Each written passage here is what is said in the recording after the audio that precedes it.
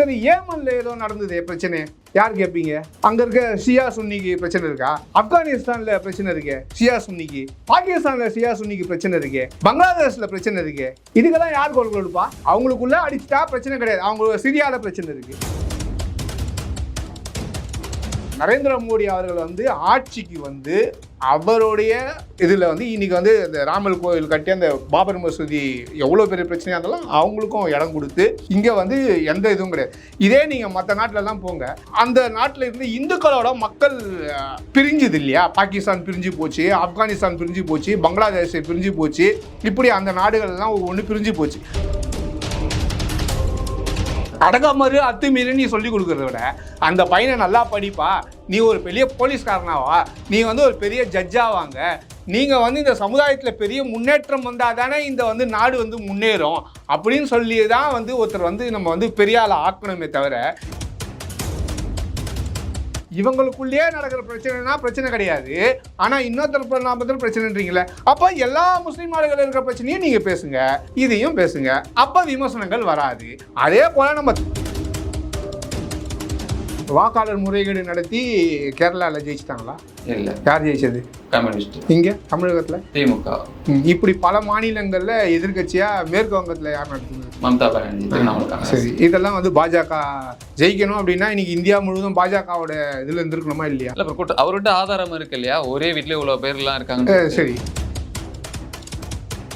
பீகாரில் ஒரு இடத்துல ஒரு தவறு நடக்குது, மகாராஷ்டிராவில் எங்கேயோ ஒரு தவறு நடக்குதுன்னா அங்கே இருக்க ஆள் செய்த ஏதோ ஒரு தவறு. இவங்க என்ன சொல்கிறாங்க, அவர் வந்து காங்கிரஸ்காராக இருப்பார், அவர் வேணும்னு எங்கள் ஆட்சி மேலே தப்பு சொல்கிறதுக்காக, மத்திய அரசு மேலே தப்பு சொல்கிறதுக்காக இப்படி ஒரு இதை வந்து எடுத்துகிட்டு வந்துட்டாரு அப்படின்றத அவங்களும். எங்க வந்து மக்கள் வந்து பாஜகவுக்கு எதிராக, சனாதனத்துக்கு எதிராக, மதவெறிக்கு எதிராக ஓட்டு போட்டாங்க. நீங்க தோத்துட்டா தேர்தல் ஆணையம் கார்த்தி சிதம்பரம் சொல்லியிருக்காரு, ஒன்னு ஓட்டு மிஷின் தாங்க இவ்வளவு நாள், அந்த பப்பு வேகல. கம்யூனிஸ்ட் கட்சி பார்த்தீங்கன்னா இன்னைக்கு சமீபத்தில் ஒரு போராட்டத்தை அறிவிச்சிருந்தாங்க. அதாவது காசா இஸ்ரேலுக்கு இடையே வந்துட்டு ஒரு போர் நடந்து வந்துட்டு இருக்கு, அதை எதிர்த்து தான் இங்கே வந்துட்டு போராட்டம் பண்ணியிருந்தாங்க. அதில் முதல்வர் ஸ்டாலின் அவர்களும் கலந்து கொண்டு ஒரு குரல்லாம் எழுப்பியிருந்தாங்க. எப்படி பார்க்கறது? ஒரு சமூக வலைதளத்தில் ஒரு பதிவு ஒன்று பார்த்தேன். காசா இஸ்ரேல் பாலஸ்தீனத்திற்கும் இஸ்ரேலர்களுக்கும் போர் நிறுத்தம், கமெண்ட்டை முதல்ல பாருங்க அப்படின்னாங்க. பார்த்தோன்னே எனக்கு சிரிப்பே அடக்க முடியல. நான் கூட ஏதோ ஒரு ட்ரம்ப் வந்து நின்றுட்டாரு, நம்ம மோடி அவர்கள் பேசி இந்த போரை வந்து உடனே நிறுத்திட்டாரு அப்படின்னு பார்த்தா, இவங்க வந்து உண்ணாவிரதம் இருக்கிறதா இருக்கட்டும், இவங்க வந்து ஒரு சட்டசபையில் ஒரு தீர்மானம், காசா போருக்கும் நமக்கும் என்ன சம்மந்தம்? இதுக்கு மக்களுக்காக நீங்கள் கொள்ளு, சூப்பர். இதே வந்து காசாவில் வந்து அவங்க யூதர்கள், அங்கே வந்து இனப்படுகொலை நடக்குது. சரி, ஏமன்ல ஏதோ நடந்தது பிரச்சனை, யார் கேட்பீங்க? அங்கே இருக்க ஷியா சுன்னிக்கு பிரச்சனை இருக்கா? ஆப்கானிஸ்தானில் பிரச்சனை இருக்கு ஷியா சுன்னிக்கு, பாகிஸ்தானில் ஷியா சுன்னிக்கு பிரச்சனை இருக்கு, பங்களாதேஷில் பிரச்சனை இருக்கு. இதுக்கெல்லாம் யார் குரல் கொடுப்பா? அவங்களுக்குள்ள அடிச்சுட்டா பிரச்சனை கிடையாது, அவங்க சிரியாவில் பிரச்சனை இருக்கு. இப்படி முஸ்லீம் நாடுகள் அனைத்துலையும் எந்த நாட்டில் பிரச்சனை இல்லாமல் இருக்குன்னு நீங்கள் சொல்லுங்கள். முஸ்லீம்கள் அமைதியாக ரொம்ப அந்யோன்யமாக அண்ணன் தம்பியாக பழகக்கூடிய ஒரே இடம், ஒரே உலகத்தில் ஒரு இடம் இருக்குது அப்படின்னா அது இந்தியாவை தவிர எதுவும் கிடையாது. அதுவும் இன்றைக்கி அந்த நரேந்திர மோடி அவர்கள் வந்து ஆட்சிக்கு வந்து அவருடைய இதில் வந்து இன்றைக்கி வந்து இந்த ராமர் கோயில் கட்டி அந்த பாபர் மசூதி எவ்வளோ பெரிய பிரச்சனையாக இருந்தாலும் அவங்களுக்கும் இடம் கொடுத்து இங்கே வந்து எந்த இதுவும் கிடையாது. இதே நீங்கள் மற்ற நாட்டிலலாம் போங்க, அந்த நாட்டில் இருந்து இந்துக்களோட மக்கள் பிரிஞ்சுது இல்லையா? பாகிஸ்தான் பிரிஞ்சு போச்சு, ஆப்கானிஸ்தான் பிரிஞ்சு போச்சு, பங்களாதேஷ் பிரிஞ்சு போச்சு, இப்படி அந்த நாடுகள்லாம் ஒன்று பிரிஞ்சு போச்சு. அன்னைக்கு இருந்த இந்துக்களோட பாப்புலேஷன் எடுத்து பாருங்க. அன்னைக்கு ஒரு 10% 15% இந்த பாப்புலேஷன் இன்னைக்கு 1% கம்மியாக இருக்குது. இந்த மத மாற்றங்கள் அவங்கள ஒன்று வன்புணர்வு பண்ணதா செய்திகள்ல நம்ம பார்த்துருக்கோம், இல்லை மிரட்டி அவங்க வீட்டில் இருக்கவங்கள யாரையாவது கொலை செய்தோ இது பண்ணியோ பண்ணதா செய்திகளில் வந்ததா பார்த்துருக்கோம். இதெல்லாம் இங்கே நடந்ததா? நீ இங்கே இந்துவாக இருக்கணும்னு நடந்ததா? இந்த நாடுன்றது அனைவருக்குமான நாடாக இருக்கா இல்லையா?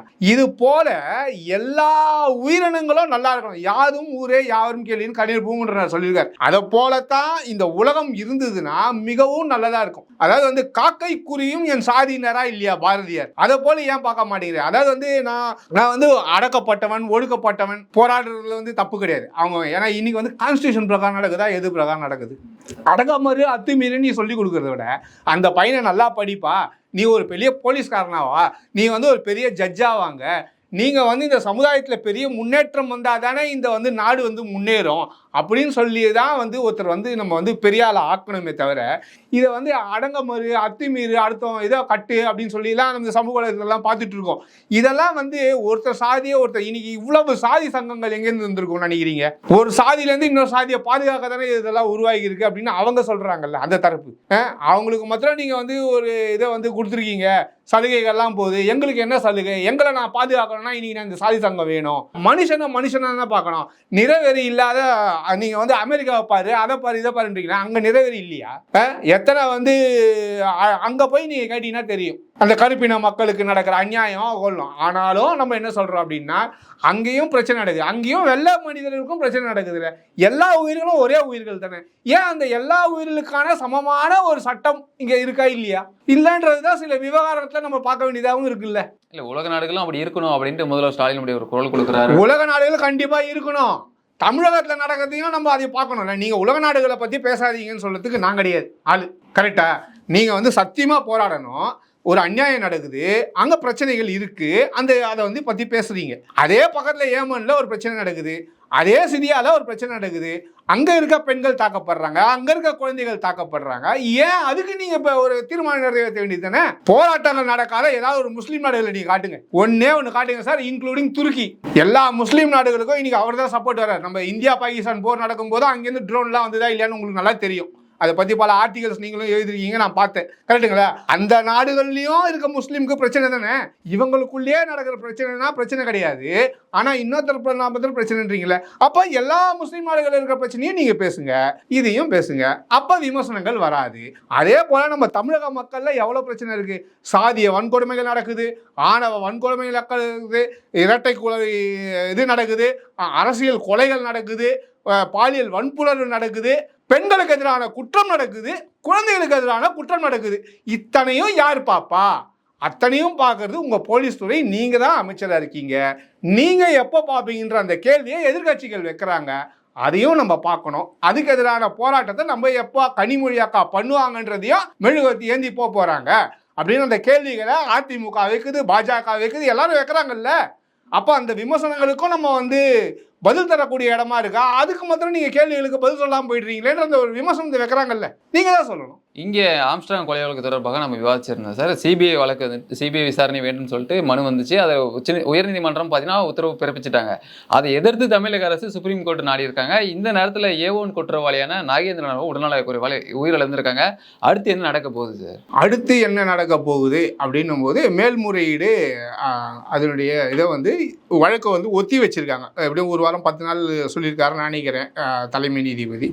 அதை வச்சு தான் இவங்க சிபிஐக்கு கொடுக்குறாங்களா இல்லையா அப்படின்னு சொல்லுவாங்க. போன தடவை வரும்போதே நான் சொன்னேன், இது மேல்முறையீடு போனால் இது வந்து அரசியல் வந்து கண்டிப்பாக இதை வந்து ஒரு அரசியலை ஆக்குவாங்க அப்படின்னு சொல்லியிருக்கோம். இது வந்து ஒரு மிகப்பெரிய ஒரு பின்னடைவாக நான் வந்து பார்க்குறேன். ஏன் அப்படின்னா அவர் வந்து ஒரு பட்டியலின தலைவராக இருந்தவர். 2 சமூகம், பெரிய பாட்டாளி மக்கள் கட்சி, அந்த வன்னியர் சமூகமும் இவங்களும் வந்து ஒன்று வரணும், திராவிட கட்சிகளை எதிர்த்தவர். இன்னைக்கு வந்து சரியான ஒரு விசாரணையை போலீஸ் நடத்தலைன்னு சொல்லி உயர் நீதிமன்றங்கள் பல கேள்விகளை எழுப்பியிருக்கு. இதெல்லாம் முன்வச்சு தான் சிபிஐ விசாரணைக்கு உத்தரவிட்டு 6 மாதத்தில் வந்து அவங்க வந்து ஒரு ரிப்போர்ட்டை வந்து தரணும்னு சொல்லியிருக்கு. இப்போ நீங்கள் மேல்முறையீடு போயிருக்கீங்க.